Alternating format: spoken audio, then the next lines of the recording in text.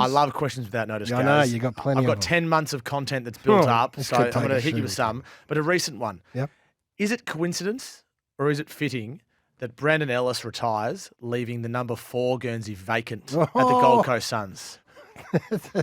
One that I never thought about, given the speculation around Dusty. No, I think it's purely coincidence. I think when Dimmer arrived, given that Brandon was at Richmond, Dimmer probably knew at what stage of his career. Brandon Ellis retires as a 251-game dual premiership player. Extraordinary stuff. So well done to Brandon on a great career. And, interesting. The number 4. Yeah, it's ready if he wants it. Gary, and I'm not saying this will happen, but if Clayton Oliver and his manager walk into Simon Goodwin's office post-season and say, we've loved our time here, but we think that we need a fresh start, does Melbourne say, no, you're staying at the club, you're going to stick to your contract? Yep. And it won't be as brutal as that. And in fact, I don't think that would happen, given the conversation I had with Melbourne last week after I talked about this with Tim, and they said, I don't know where all this stuff is coming from. He's got 6 years to go. Look, this is my point on Clayton, right? I understand that things change and people change and all that sort of stuff. But he's had a down year on the back of the circumstances that have been well documented. Good clubs should back themselves to handle it and return that player to the position that he used to be, which is in the top 5 players in the comp. Collingwood don't give up on Jordan De Goey. De Goey stays and wins a premiership and dominates. Jesse Hogan eventually gets there after having all sorts of problems, and he did have to go to other clubs, right, until he got there, but he's there. And Clayton's life's turned around. That's what I'm understanding. No, I agree with you. And that is the best thing of all. So clear his head, get through this year, whatever that may be, don't give up on the year, and back yourself in for him to have his best summer, for Max to be back and Christian to be back and Rivers in the middle, and then go. Are you concerned? Sorry, last point on this. They're bloody hard to come by, these blokes, Tom. Give him away, get 2 first rounders. He has been the generational player. I know he's not now, but I'll tell you what else he's got. He's got a hand that needs surgery badly. So that's why 14 pins in it or something. He's throwing the ball at the moment. But he'll get through this, whatever. But you know what you've got in your group and just say, oh, no, the grass is not always greener over there. We won't get a Clayton Oliver through the draft necessarily. In fact, rarely. So work with what you got. Melbourne is resolute that Clayton Oliver's not going anywhere, regardless of the outside noise and what other clubs might be interested in him. But are you concerned that the Demons' window is rapidly closing if they don't play finals this year? Yeah, I'm more concerned about that. Yeah. So then how can you reopen it? Regenerate, yeah. Well, without giving up players that are on your list for draft picks. Well, that is for them and the list manager when they've done a bloody good job. They've done a great job. They've done a great job. But they want 2 in this era. Big Gawn, challenge. Petrarca, Oliver, May, generational demons. Yep. A lot of Melbourne fans, and you'd agree, would believe that this list warrants 2 flags. Yes, and they're bloody hard to win. Hard to win. I've got a question for you. Where was it?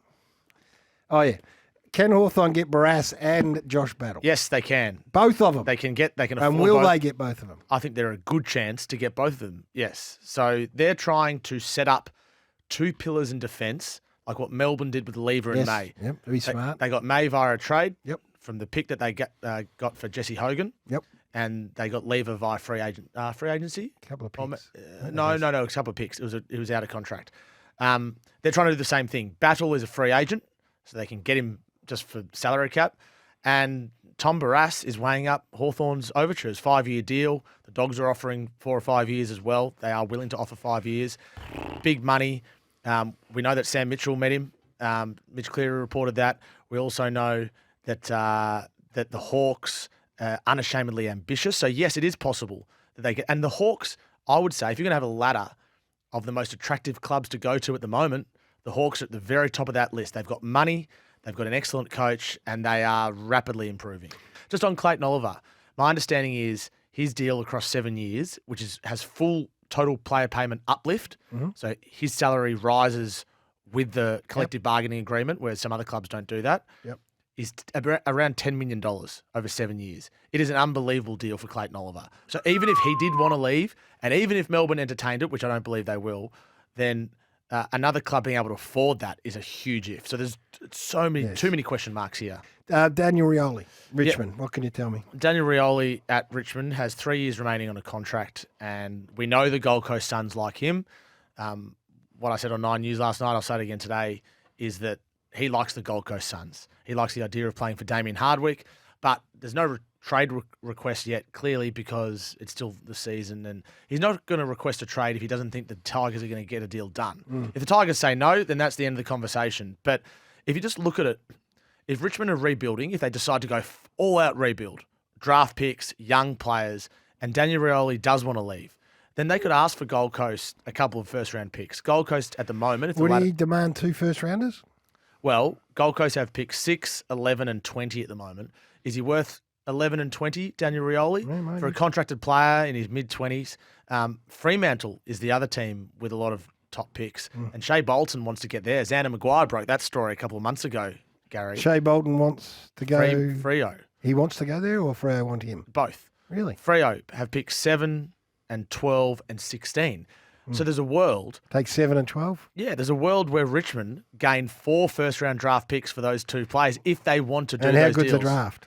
Apparently, it's pretty deep. Lots of midfielders. I'm no draft expert. That's Cal Toomey's remit, but I think it's pretty good.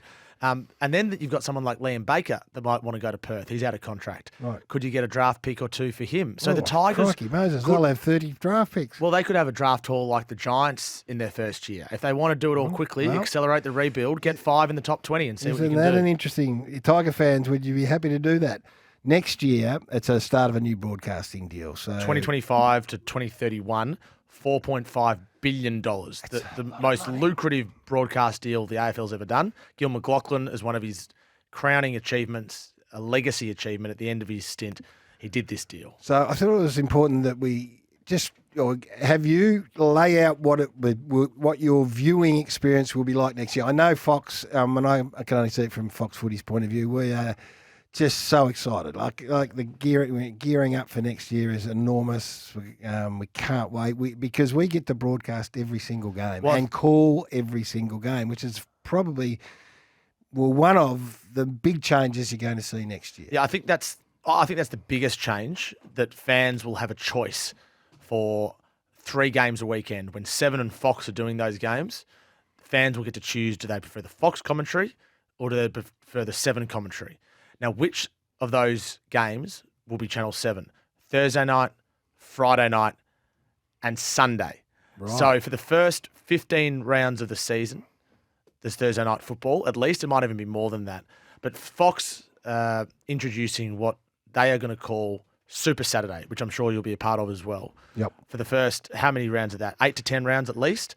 Yep. Every game exclusively live on Foxtel and KO. So your footy experience on Saturday for the first 8 to 10 rounds, exclusive only to KO and Fox Footy. So nothing on free-to-air except for marquee games on Saturdays for a good portion of the season. That's right. And Victoria on Saturdays for the first 15 rounds. So if you're in Victoria, all games are live and exclusive on Fox and KO. There'll be no games in Victoria on Saturdays on Channel 7 and 7 Plus during that period. So at the moment, you can sit down, you can watch footy on a Saturday night, and you can watch a game on 503 or 504, or you can watch a game on Channel 7 and Foxtel, but that won't exist on Channel 7 in that time. And Channel 7 will still have the marquee time slots of Thursday and Friday night and Sunday afternoon, but Fox is really trying to dominate this Saturday. Yeah, Super Saturday is what it will be branded as, and it'll be just wall-to-wall footy on a Saturday. And if you want to be watching footy on a Saturday, it's Fox. Or you get KO, of course. And I asked around, and it's $25 a month. KO Sports, family value, 50 sports live, sport for everyone. You got the NRL, the cricket, the supercars, the netball. So you got all heaps of other sports. Got a whole lot, Gaz. But from this year's Brownlow Medal and Grand Final onwards, footy can be streamed by every Australian for free for the first time ever on 7 Plus. So including my household, 30% of Australian households actually don't have an aerial. So what we found last year, or what you saw last year, is that people couldn't watch the Brownlow Medal because it wasn't on 7 Plus. They couldn't watch the Grand Final because it wasn't on 7 Plus. It was just on the free-to-air. Well, you're saying a lot of people don't watch like sevens and nines and tens. Well, they don't have access to it because they don't have an aerial. They've see. only got the streaming service. Okay. But from this year's Brownlow and Grand Final onwards, Yep. footy will also be streamed on 7+, which is important because it goes into every single household. From 2025 onwards, that will be the case as well. But what I'm interested in as well is the minutiae around games when Seven and Fox both have the rights to that game. And you see it in cricket at the moment. It's been the case for a few years. Right, so that's the best example, I guess, isn't it? They run alongside each other. They do. And I'm a cricket lover, so I get to choose whether I watch the Seven. And I watch Fox. So I don't want the ads, basically. And I've come to like and appreciate the Fox commentary team. So Fox is the host broadcaster for the Test cricket, meaning the 7 commentators call the Test cricket out of a radio commentary box. I see. And my understanding is the opposite will be true in footy season. 7 will be the host broadcaster, so you and your colleagues at Fox will be calling the footy out of a radio commentary box at the MCG. There's not enough big commentary boxes. No. I don't know how all that works. That's above my pay grade, but I'm sure they'll do I'm sure they'll do a good job. Kit it out. And another thing for you guys. My understanding is from 2025 onwards, there is a social inclusion clause to diversify the voice and presentation of football at 7 and Fox on the broadcast. I don't understand what that means. Well, that just means there is a requirement or a commitment from the AFL that has been ticked off and signed as part of this agreement to have diverse voices, to have representation from minorities and different areas to what there has been in the past. It's the first time it's been written in to a broadcast rights agreement, meaning you can't just have white men sitting behind a desk for every single broadcast that you do. You need to diversify, and that is across 7 and Fox. So that won't make much difference anyway, will it? I mean, there's women, and is that what you're alluding to? Well, yeah. But women play a massive part in both broadcasts. More Indigenous voices. Yeah, well, there's an Indigenous presence in footy coverage. Yeah, but either way, it's written in. Okay, I didn't it's know written that. in that there is a commitment to do that for Fox and 7, which there hasn't been done before. Okay, I wasn't aware of that. Another thing. Yep. Do you have time? No, this is what we're here. So, and you can any questions you got, Tommy's here. I'll try and help out. I'm sure the boys at Fox will be listening, so they can send me a text if we get anything wrong. Yeah. So I'm also interested in what's around the game as well. So knowing Chris Jones from Channel 7, as I do, he's a news guy. I'd be shocked if they didn't have more TV shows around.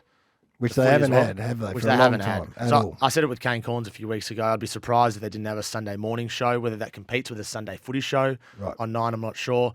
They've got Talking Footy at the moment, which Tim's on. I'd be surprised if they didn't have more during the week as well. So I think it's going to be just ramped up, all this footy coverage across the board, 7, and of course all the great work that Fox does. Yeah. Well, so Fox is Fox Footy, the 24-hour, 7-day-a-week footy station, and has their supporting shows have been well established for a long time, and they also will be added to. I've got no question about that. I mean, this is a big relaunch for Fox Footy, so it's going to be huge. And as we said, you get the choice. You're going to have an opportunity to turn your footy on a Thursday night or a Friday night or a Sunday afternoon and go, oh, yeah, I'll listen to that, or no, I'll go over there. And then all the accompanying stuff around it, the graphics will be different from a Fox to a 7. Big relaunch. The supporting shows will be different. The build-ups will be different. Do you think it will cop criticism that people will turn on their TVs on a Saturday early in the season, and if they don't have Foxtel or KO, they won't be able to watch footy? I think it's a change. It's a big change. It's a worldwide change that maybe our audiences have had it. I won't say they've had it too good because that's just the way it's been here in Australia for a long period of time. But as the game grows, and you mentioned the monetary figure, what comes with that is some exclusivity to the pay-per-view, and that in this instance is Fox. And then they've got to put together, the streaming from a KO point of view is so important to their business. They've got to make it as accessible as they can. $25 a month, you got to, maybe that's and I know that for a lot of people that would be a lot of money, but it's an expense that they can perhaps start to budget for. That's why I wanted to talk about it today, so that we can put it in the minds of people going forward.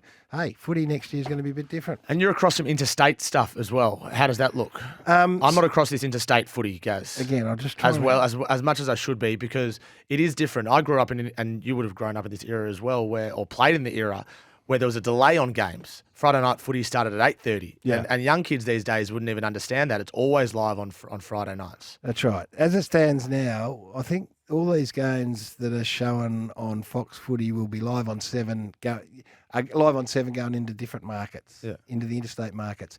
I don't think that's the case initially. It'll be on delay for a couple of hours. Yeah. So I think the interstate markets will also need to adjust if they want to watch their footy live, particularly initially for those games. Then they'll need KO or Fox Footy. And for those people wondering, hang on, Saturday night footy, it won't be on free to air.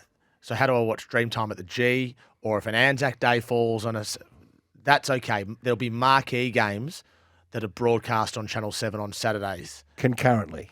Marquee games. Marquee games only. And for example, if the first game of the season is a Wednesday night, as it was a couple of years ago for the Dogs versus Melbourne, that would also be broadcast on Channel 7 because it is considered a marquee game. So there is some flexibility here. And my understanding is at the moment, Fox and Seven and the AFL are having these discussions about how the logistics would work out in the background to make sure it works for everyone. Right. So this, again, I'll just repeat it. In Victoria, on Saturdays for the first 15 rounds, all games are live and exclusive on Foxtel and KO. There'll be no games in Victoria on Saturdays on Channel 7 and 7 Plus during that period. That's right. So that's up for the first 15 rounds. That's right.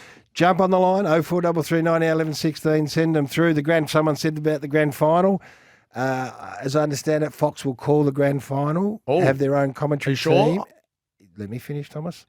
But it won't be going to air until 6 o'clock.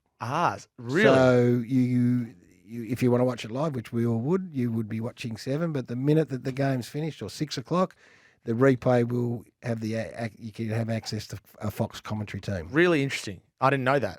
Yeah, okay. So the replay for the game you can watch with Fox commentary, but live at 7. Yes. And that game and this year that game's on 7 Plus as well. So if you don't have an aerial, it's okay. You can watch that game this year on 7 Plus.